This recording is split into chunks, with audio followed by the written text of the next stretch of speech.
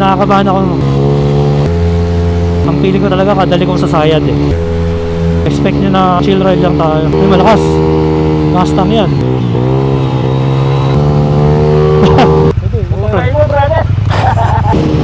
Ay po. Ay mga katingin, finally magagamit na natin ang ating bagong build, Aerox WGP. So doon po sa mga nakaalala ay nag-build tayo ng 183cc or 63mm with big valves na 4S1M. Tapos palitan rin tayo ng razor pipe na nire-elbow para sa 63. And ito na po yung itsura ng ating Yamaha Aerox version 2. From dating naka Magic Boy fairings, binalik na natin siya. Pero originally sa mga unang vlog ko, talagang WGP naman siya. And then tsaka tayo nagpalit ng Magic Boy fairings, and then bumalik na tayo ulit sa WGP. Syempre kasi ito naman talaga original indicated sa kanyang OR na kulay. Masusubukan natin yung bago nating preno, Jiren caliper na 2-pot, tsaka big disc. Ito naka-preno rin tayo, RCB. Pero soon papalitan ko na kasi luma na rin to. Yung hindi pa tayo naka-racing seat, yun na lang kulang dito. Kaya palit din tayo ng visor na smoke para tumerno sa ating Yamaha R1. So doon po sa mga di nakakaalam, meron tayong R1 WGP. And meron pa bagong dating dito, Hayabusa. Next time, gagamitin natin yan. Pero today kasi scooter ride ng mga tropa. Shoutout sa Big Day Warriors. So nag-invite sila ng scooter ride. Sa mga nagtatanong, nag-aantay ng vlog natin after mabuild ng makina, kung ano ba performance or top speed niya at sa long ride, pasensya na po. Kasi ang issue talaga is tumagas yung fork seal natin. Actually, matagal na may tagas. Mga 1 taon na may tagas. Kahapon lang nagkaroon ng time na papalitan natin. So, bumili tayo ng JBT. Since JBT to, bumili tayo ng JBT. So, yung unang version ng JBT, kulay pula. Mga mabago mabibili mo ngayon na fork seal para sa JBT is kulay dilaw na. Stock size lang naman to. Pero maganda lang dito is adjustable preload. So, meron din tayong magandang aux light to. Galing sa Sec Moto Supply yan. Naka-Pirelli nga pala tayo na Rosso Scooter SC. Check natin yung tire pressure niya. Meron tayo dito. Nabili natin sa Shopee. Maganda sa kanya, parang sa bike. Mabilis ilak. So yun, lambot yung hangin natin, no?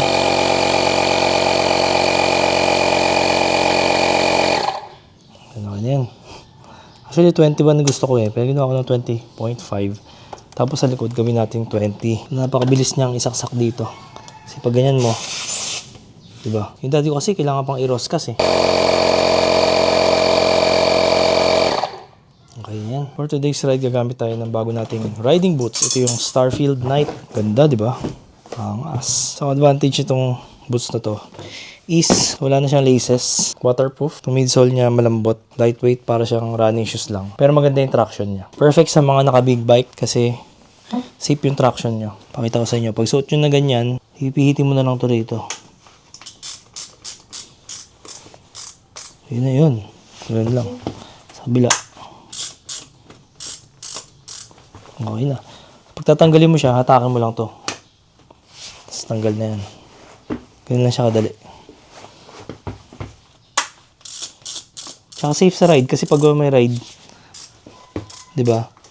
Usually kumakalas yung sintas natin. Ang presyo pala niya is 5,900 and meron ding kulay black at meron ding mesh kung ayaw mo ng waterproof. So mas presko yung mesh. Yung size ko is 41. And then yung gagamitin nating helmet, itong carbon na Nisek GP Tech. Full carbon and malalaki yung carbon bib nyo. Gloves natin, SPRS gloves. Riding jacket natin is Sec Daily Riding Jacket. So maganda rito kaya gusto ko to. Yung shell niya, ayun o. Very compact yung shell. Sakto sa mga cute size riders na kagaya ko. Or kung maliit yung katawan mo, slim type ka. Diba? Bagay. Let's go. Grabe yung power. So yung difference niya sa Giorno 160 natin. Kumbaga naka-full throttle na ako sa Giorno. Dito half throttle pa lang. Ganun kalayo yung difference. Sobrang gaan manakbo. Pating piga. Sibat na eh. Kaya feeling ko, mas matipid sa gasto. So, kukuhanin na rin pala natin yung kanyang average fuel consumption ng city riding. May halong bakbakan sa bundok. So, expect natin na mas mataas yun kumpara sa usual na city riding natin lang. Na chill riding. Pero ito kasi, hindi naman natin purpose sa makatipid sa gas. Ang purpose natin is ma-compare dun sa ating Giorno na naka 160 super set. Pero ito, nako-convince na ako dito sa karga na to na parang ito yung sweet spot. Parang gusto ko ring i-63 stock stroke si Giorno. Kaya lang, since maiksi yung stroke ng Honda ng Giorno, pag nilagyan siya ng 63, hindi siya magiging 183, magiging 175 yata siya, parang ganun. Problema dito is yung pipe, yung razor pipe, napakaingay. Ano? That was 1/4 throttle. Ano? And then, dun sa mga nagsasabi na ba't di ba nag 200 plus cc? Well, gusto ko muna masubukan yung 63 na basic na tinatawag. Basic pa tawag dito. Actually, di na to basic.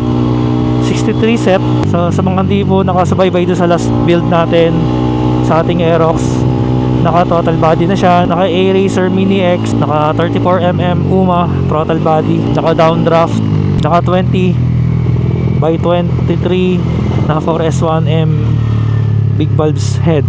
And kung bakit ba ayoko din mag 200 plus cc, siguro 195 pwede ako, pero kung 200 plus pataas, unang-una yung ingay, masyadong maingay yung 200 plus, mas malaki ang tunog. Pangalawa, yung longevity. Pangalawa, yung reliability and longevity. So, hindi natin maasahan sa long ride. Although, pwede naman, pero mas mataas ang wear and tear sa mga CVT parts, sa gulong, sa belt. May mga tropa kasi ako na nagkakaproblema pag long ride sa 200 plus cc. So, di ko man niya lahat. Di ko sinabi na pagka nag 200 plus ka, masisiraan ka.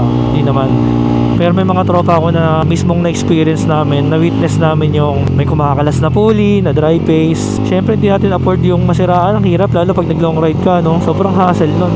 At nakakahiya rin sa mga katropa dahil ikaw yung magiging cause ng delay ng ride. Saktong may pang-overtake, saktong mag-enjoy ka, may speed, okay na yun. Hindi naman tayo kakarere. Sa totoo lang, ang tagal-tagal ko nang gustong magpakarga. Problema, naisip ko yung budget. Kasi sa dami nating binibuild na motor, papakarga ka, di mo naman nakikita, di ba? Nagagamit mo nga. Pero problema kasi pag nakakarga ka, testing mo yan eh. Very tempting pumiga. So hindi nang iniiwasan ko eh. Pero later on, kailangan sundin ko na yung gusto ko. Di ba? Kasi once lang tayo mabubuhay sa mundo. Sundin na natin yung puso natin. Kung saan tayo masaya. Wala naman take two sa buhay. So meron kang sumobra at naipatabi, why not? Kung magpapasaya sa'yo, kung deserving mo naman ha, kung pinagtrabahuhan mo, yung hingi ka lang sa magulang mo, tapos babaldasin mo, di ba? Yung pinaghirapan ng ibang tao, babaldasin mo lang.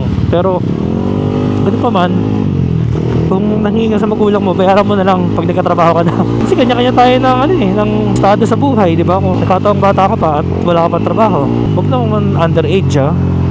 Mga 18 pataas, tapos wala ka pang trabaho. Asa ka pa sa magulang mo. Gusto mo talaga. But later on, bayaran mo. Pero pinakamasarap sa feeling yung pinaghirapan mo. Parang wala kang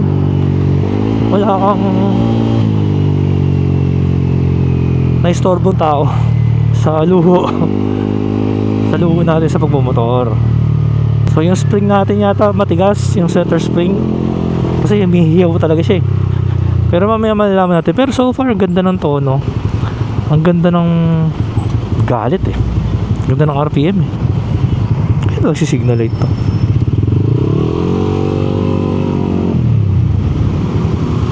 So ang problema kapag spring mo matigas, syempre pag CVT ka, yung stop and go, tapos maingay motor mo, talaga medyo nakabulahaw. Ang disadvantage din ng naka stock stroke is ma-RPM. Pag piniga mo, hindi siya agad-agad sumisibat, hindi gaya ng mga naka stroker or naka segunyal. Pero kasi gusto ko yung pinaka matipid na matulin eh. Alam mo nyo naman tayo, kung saan tayo makakatipid, dun tayo. Kailangan pa rin natin maging practical paminsan-minsan. Grabe yun, sampitik eh, no? Sampik ka lang. Sarap. Sobrang gaan, ang layo talaga sa Jordan na naka-stock head. Iba talaga binibigay ng big bulbs. Promise. And then naka-dish type nga pala tayo, kaya hindi siya ganun ka-aggressive. Maganda naman ng naka-dish type is low compression. So, mas sigurado ka sa babaran. So, ganun talaga, more power, less reliability. Walang more power na matibay. Although, may tumatagal naman talaga. Minsan swertihan din, or sa paggamit din. Kasi pag naputulan ka ng valve spring, tapos ka. So yun daw madalas na nangyayari sa mga kargado. At yun ang nakakatakot. Isa pa nakakatakot pala sa stock stroke, RPM. So prone ka sa valve float at sa putol ng spring. Iba talaga yung handling ng Aerox para sa Giorno. Sa totoo lang, favorite ko talaga yung Giorno. Kaya nga, siya yung binuhusan natin ng setup na kung mapapansin nyo yung Giorno natin, di ba? Ang ginagastos ko na sa Giorno, more than 150,000 na. Parang first time ko gumastos sa motor na hindi big bike. Ganun kalaki. Dahil nga, siya yung favorite ko. Pero, ngayong nakargahan na ang ating Aerox, grabe. Pero kahit na-stock engine pa siya, ramdam ko talaga yung difference ng handling. Iba yung handling ng Aerox, sobrang stable. Kung ikukumpara naman sa Sniper, mas madaling pala kasi ng Decadena. At may clutch, may cambio. Kaya next natin, Sniper naman dahil nag-enjoy ako dito. At lalo ngayon may lumabas na Sniper yung 155 version 2 na ba yun? Sa QC hanggang dito sa Shell, sa may Antipolo, Pamaralake. 1 bar lang nabawas na fuel gauge natin.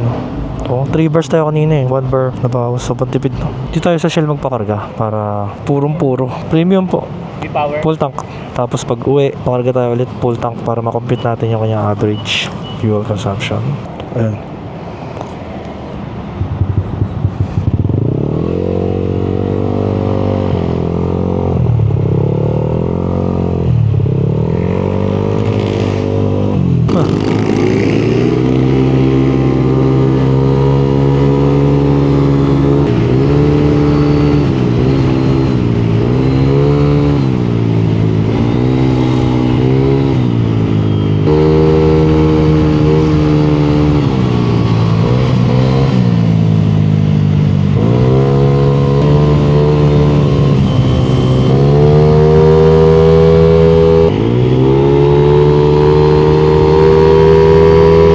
Okay. Well,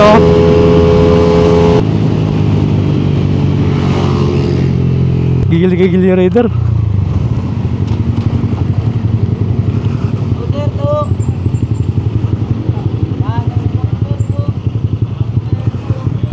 Iba-iba yung motor natin ngayon. May mga naka big bike, may mga naka scooter. Kasi syempre iba gusto nila makapag knee drag Kailangan talaga malagyan ng ano to, pandikit.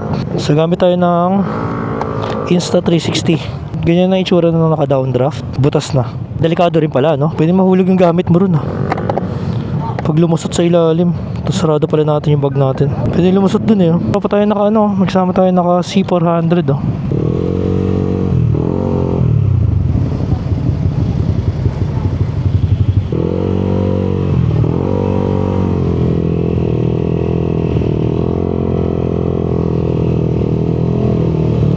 So kung naalala nyo yung last ride natin, syempre kasama natin ang tropang Weekday Warriors.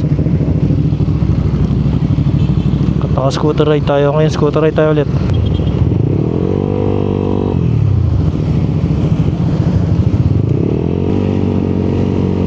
Ayun. So si Arcel naka Aerox B3, si Don naka Giorno, si Loreto naka NMAX B1. Yun kargado yun tulin. Yun, anong motor yun? Lambretta ba yun? And pagpasensya nyo na mga katingin, hindi ako marunong bumangking sa scooter talaga Kinakabahan ako. Ang feeling ko talaga kadali kong sasayad Expect nyo na chill ride lang tayo.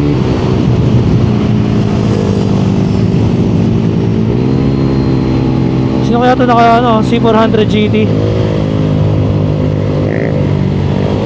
Naka 5 pa hindi masyado. Pero pagka high RPM, may ingay na rin Ayun may ingay na rin Ayun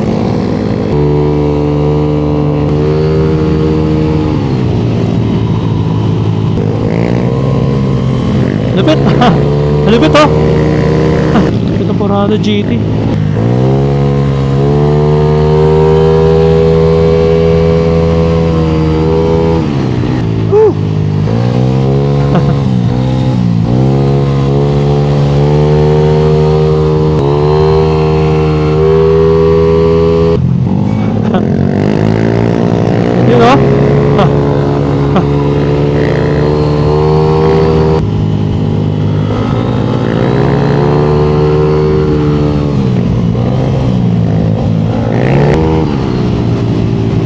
Yun o.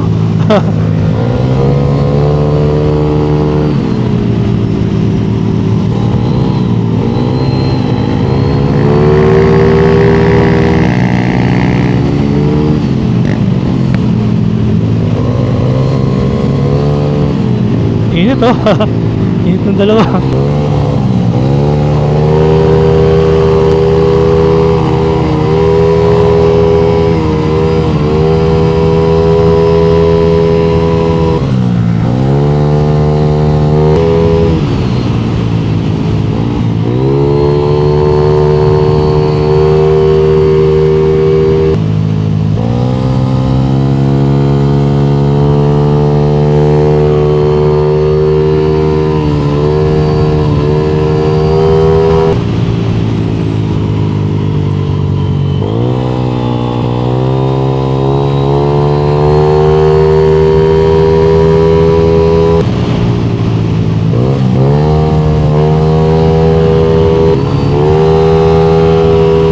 Lakas oh, lakas ng Loretta, sa likod lang.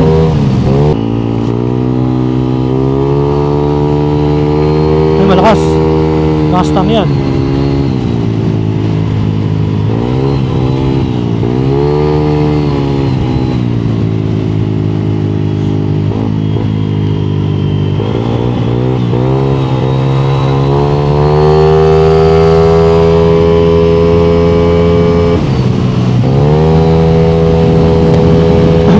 Wabol. Wow! Wabol. Ay, puti. Ay! Ay! Hayop na. Nag-ayos ako ng camera. Palikuhan na pala yun.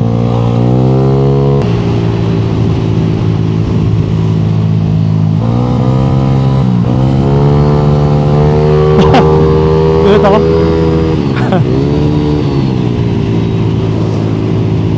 Lakas. Grabe.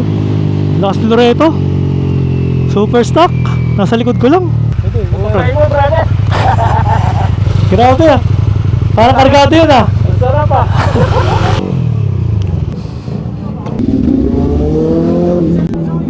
Nandito tayo sa Yeis, ang pambansang kainan sa Marilake. Wala, champion na naman. Carlo eh. Bakit daw stuck na yung ano eh? Ay maniwala? Sumasabay sana eh sa kargado. Lakas pala sa gas eh. So malakas pala. Hindi pala siya matipid. Half tank na lang. So 32 kilometers na tayo. Half tank na kagad oh. So, kasama natin si John Was. Naka-sniper. Malakas oh.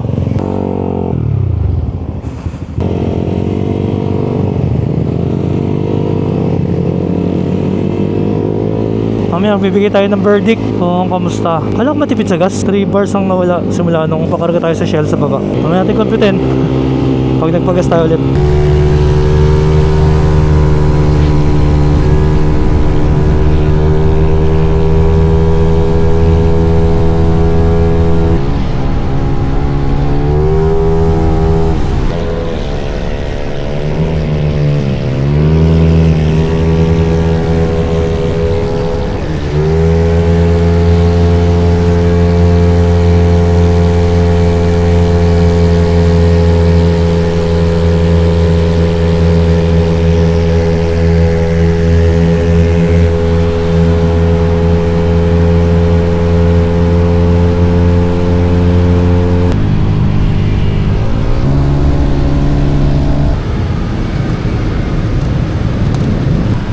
Welcome back. So naubusan tayo ng SD card kanina, ng memory. Nagpalit tayo ng SD card. Kaso sayang di natin na-videohan yung stretch nung pababa. Ang ganda sana nung footages natin dun. So ito na, compute na natin yung average fuel consumption. So 84 kilometers ang total tinakbo natin divided by 4.65 liters.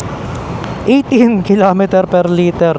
So napaka-solid. So definitely malakas dahil I think sa Giorno nag-average ako ng 28. Pero ito kasi almost wala nang halong chill ride to eh. So kung mag-chill ride ka, mas matipid definitely. So overall, very satisfied ako. Pero kung gusto mo magkarga at gusto mo makatipid sa gas, na-realize ko dun na kailangan ng crankshaft or sigunyal na mga plus 4 or plus 3.6, ganun. Para mabawasan yung RPM niya, yung hiyaw, at maaga mo makukuha yung gusto mong torque. But if you don't mind the extra gas consumption, maganda rin tong 63 stock stroke. Ang sarap ng RPM nya, talaga pang walwalan eh, no? Overall panalo. So big shoutout kay Chikoski, sila yung nag build ng ating makina. And big shoutout din syempre sa 4S1M, dahil sa kanila yung galing yung head na gamit natin. 20, 23, bali 20 yung exhaust, 23 yung intake. So para sa akin all around na siya, pwedeng pang long ride, pwedeng pang walwalan, pwede pang daily, hinahinay ka lang sa pagbiga, at makakatipid ka rin naman sa gas kasi pitik-pitik ka na lang sa gas. Although nakakatempt na pumiga, pero tayo naman kasi tinesting lang natin kung hanggang saan yung capability niya, and true enough, nasubukan natin, talagang mas matulin siya kaysa sa ating Giorno na naka 160. Pero kumpara sa Sniper na naka super stock, halos di raw nalalayo yung tulin, pero para sa akin mas matulin talaga. So ito yung minimum na karga na pwede ko i-recommend sa inyo, 63 and big valves. So inabot nga pala ito ng mga 30,000, pwera pa yung ECU and yung pipe. So kung lahat-lahat, abutin ka talaga ng mga 60 plus, ganun. Pero gusto mo naman ng safe na karga, gusto mo na may konting power, okay na rin yung super stock or 63 basic. Pero sarap lang sa feeling nung gaan-gaan ng pakaramdam ng motor mo, para na siyang big bike. Konting piga mo, meron na siyang power doon, hindi ka na mangangalay sa pagpiga-piga. Pero yung costing, totoo, isang motor pa yung halaga. So overall total costing nasa mga 60 plus. Well, dahil yung pipe natin kasi medyo pricey, pero kung yung pipe mo yung mas mura lang, hindi ka man naabot ng 60 plus, siguro I think 50 plus. So ganoon talaga ang pagkakarga. Engine modification ay hindi para sa lahat, hindi rin ito practical. Talagang ang pera mo dito ay palabas pagastos. Pero may balik naman na hindi matutumbasan na happiness and satisfaction kapag nagawa mo yung gusto mong karga, na-achieve mo yung gusto mong hatak ng motor mo. And syempre, meron kayong piece of conversation ng mga tropa. Magkukumpara kayo ng mga karga, na performance, di ba? Masaya. Tapos pwede mong ilaro sa racetrack, mag-enjoy ka. Pwede mo circuit concept. So hindi naman kailangan na porket kargado ka, bibirahin mo na lang bibirahin. Pero kung talagang titipirin mo yung piga mo, kaya mo pantayin yung stop. Problema kung kaya mong pigilan, di ba? And syempre, kung in terms of longevity, tagal ng mga parts, reliability, syempre stock talaga, wala na mas tatagal pa. Kasi yung Aerox ko na 2019 hanggang ngayon, ginagamit pa ng utol ko, and wala pang nagiging problema. Sobrang tibay, di ba? Kapag kakargado, kailangan mong ipa-refresh. Hindi ko lang alam kung ilang kilometers, pero may certain kilometer na odo, siguro around 10,000. Kailangan mo na magpalit.